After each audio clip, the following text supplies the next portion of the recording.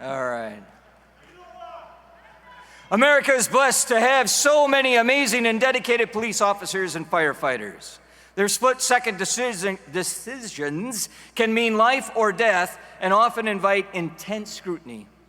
Bad officers dominate news coverage, while good officers are often not given the same attention nor the recognition that they deserve.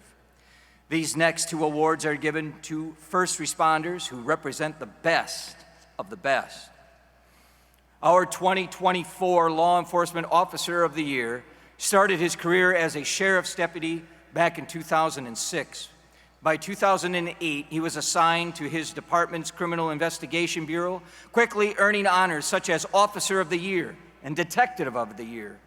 His career continued to progress, and eventually he became the first-line supervisor for the Special Operations Team.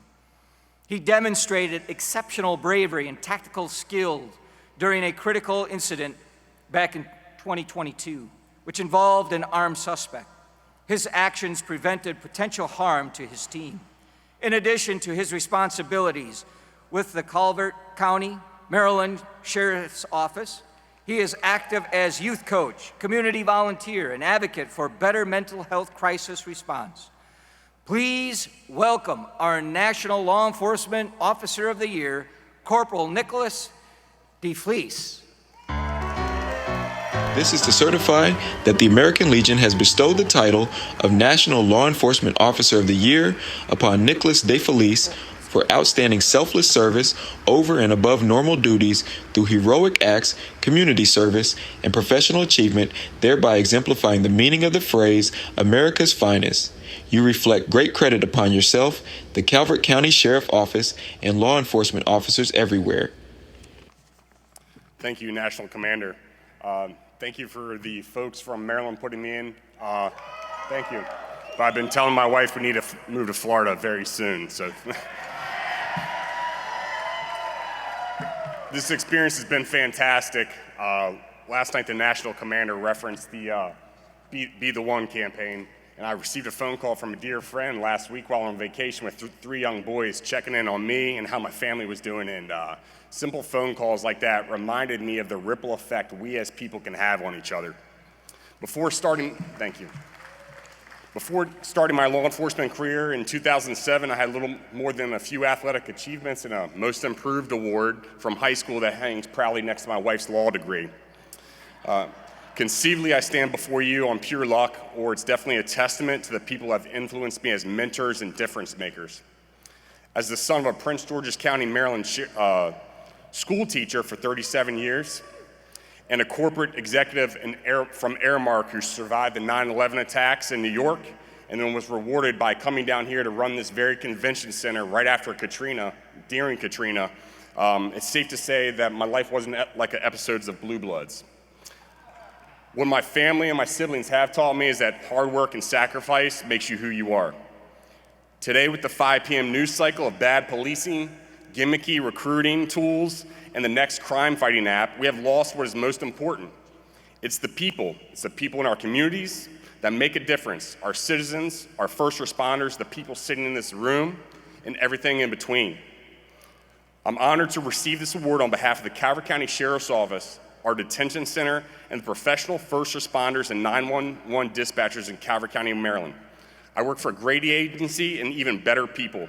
My team members that I work with are the epitome of service over self. Calvert County, Maryland is a bedroom community just south of Washington, D.C. It is a unique place to live and work. It's a community I grew up in and still call home. The American Legion Stalling Williams Post 206 in Calvert County is a staple in our community. They are a support of our veterans and first responders that embodies service, sacrifice, and giving back. Commander Deacon and Pat McCoy, Joe, and the rest of our representatives from Maryland, I thank you very much. I'm almost done.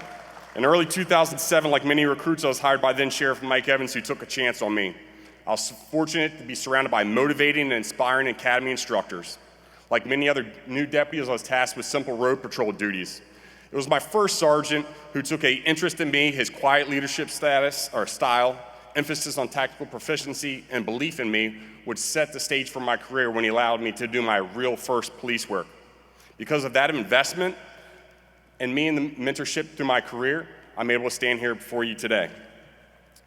Shortly after becoming a police officer in 2010, I got to work with real-life crime fighters like Homer Rich, Scott Brown, and Vlad Borchevsky. Through the ebbs and flows of the career, they showed me how to manage my personal and professional life. I was in one of those valleys, the ebbs and flows in 2010, when I learned of a passing of a local hometown hero. In September 21st, 2010, our country and community learned that Lieutenant Navy SEAL Brendan Looney and 8 other Americans had perished in a helicopter crash. I grew up being coached by Brendan's dad, Kevin Looney, and played lacrosse and football with his younger brothers growing up. Brendan then attended DeMatha, excelled as a football player, and even despite being colorblind, had the opportunity to attend the Naval Academy after doing a year of prep. Brendan transitioned from being a football player to joining and making a nationally ranked lacrosse team, where he had the opportunity to play with 2 of his brothers at M&T Bank Stadium, and I was a huge fan being able to watch them play. Although they lost that day, I admired Brendan and his family. Brendan graduated from the Naval Academy and later joined the SEAL teams. Brendan was the honor man of his class. Shortly after Brendan's passing, his mother, Maureen, the late Maureen Looney, started the Brendan Looney Foundation. Despite gimmicky leadership academies or books that I've read, Brendan's slogan and his motto is be strong, be accountable, and never complain. That has been engraved in everything I've done since 2010. Be strong in mind, body, and spirit. Be accountable to your family, your friends, your coworkers, and yourself, and never complain. Much like many people in this room, you find a way to make our communities better.